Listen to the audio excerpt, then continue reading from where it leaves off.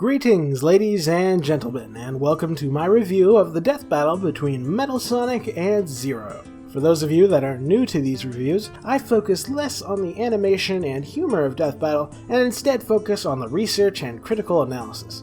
You see, I wish to improve my own research and critical analysis capabilities, and these prediction and review videos are a perfect way for me to do so.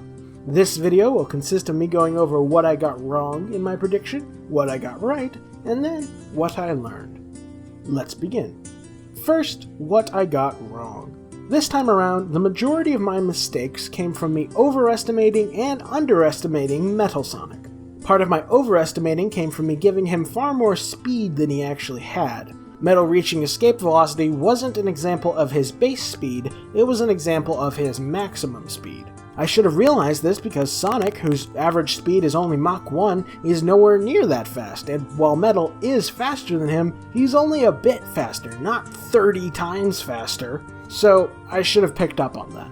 And the second thing I overestimated about him was that I didn't pick up on the fact that Metal's copied abilities are imperfect replications. For example, whereas Shadow's Chaos Control can stop time, teleport things, and enhance attacks, Metal Sonic's copied version can only slow down time. Even in his most powerful forms, Metal only gets marginally better at it, and he still doesn't wield Chaos Control as effectively as Shadow.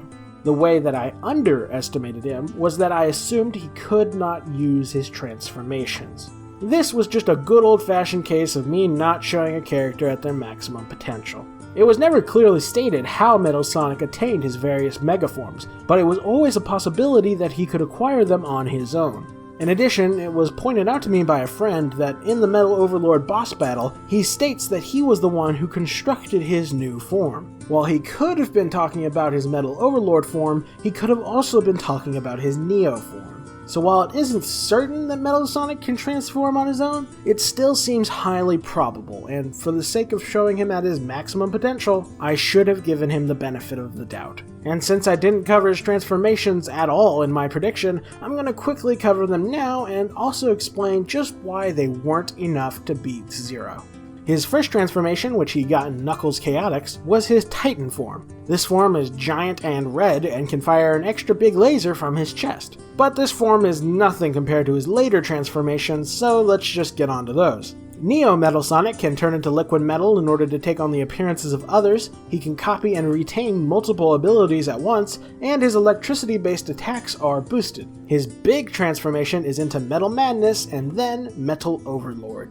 Metal Madness is just Metal Overlord but without the ability to fly.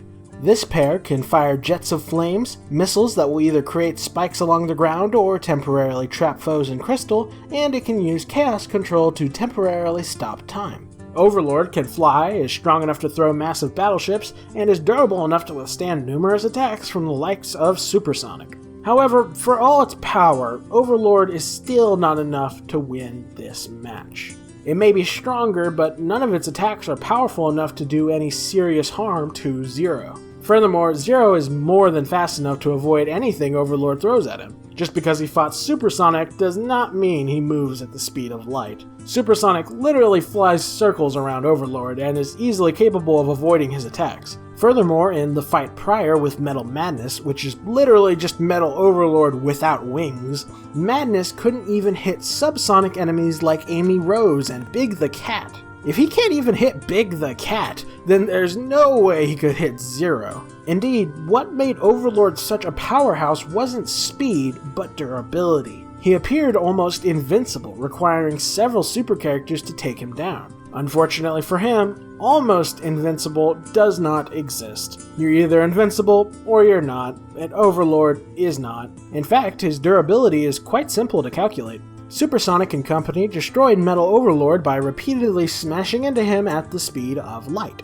These three have known weights, which means that with some simple kinetic energy calculations, we can find how much energy they impact with. Supersonic, Tails, and Knuckles crashing into Metal Overlord at the speed of light just once would hit with just over 1,020 megatons. In their battle, Team Sonic would harm Overlord by performing a team attack in which they would smash into him 8 times, which means that in the span of one team attack, Overlord would tank just over 8,162 megatons. It takes 5 of these team attacks to destroy Metal Overlord, which puts his maximum durability at just over 40,813 megatons. But, while that is quite impressive when compared to reality, it's nothing compared to the foes Zero has cut down. Zero himself can withstand 1 million megatons, and most of the giant robots Zero has defeated were more durable than himself. Even if we just focus on the foes that only equaled Zero in durability, such as his various evil doppelgangers, that would still mean that Zero has destroyed enemies who were over 24.5 times more durable than Metal Overlord. Even Overlord's time-stopping is useless, not only because Zero has superior time-stopping capabilities, but also because even if Overlord stopped time, he doesn't have the firepower necessary to destroy Zero before time unfreezes. To put it simply, Overlord is outclassed in every way that matters by Zero. Now for what I got right.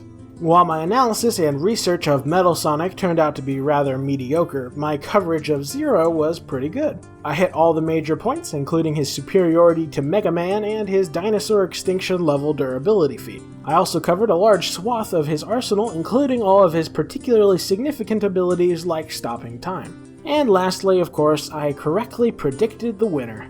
Now for what I learned. Sadly, once again, the lessons in this match are old lessons that I failed to adhere to.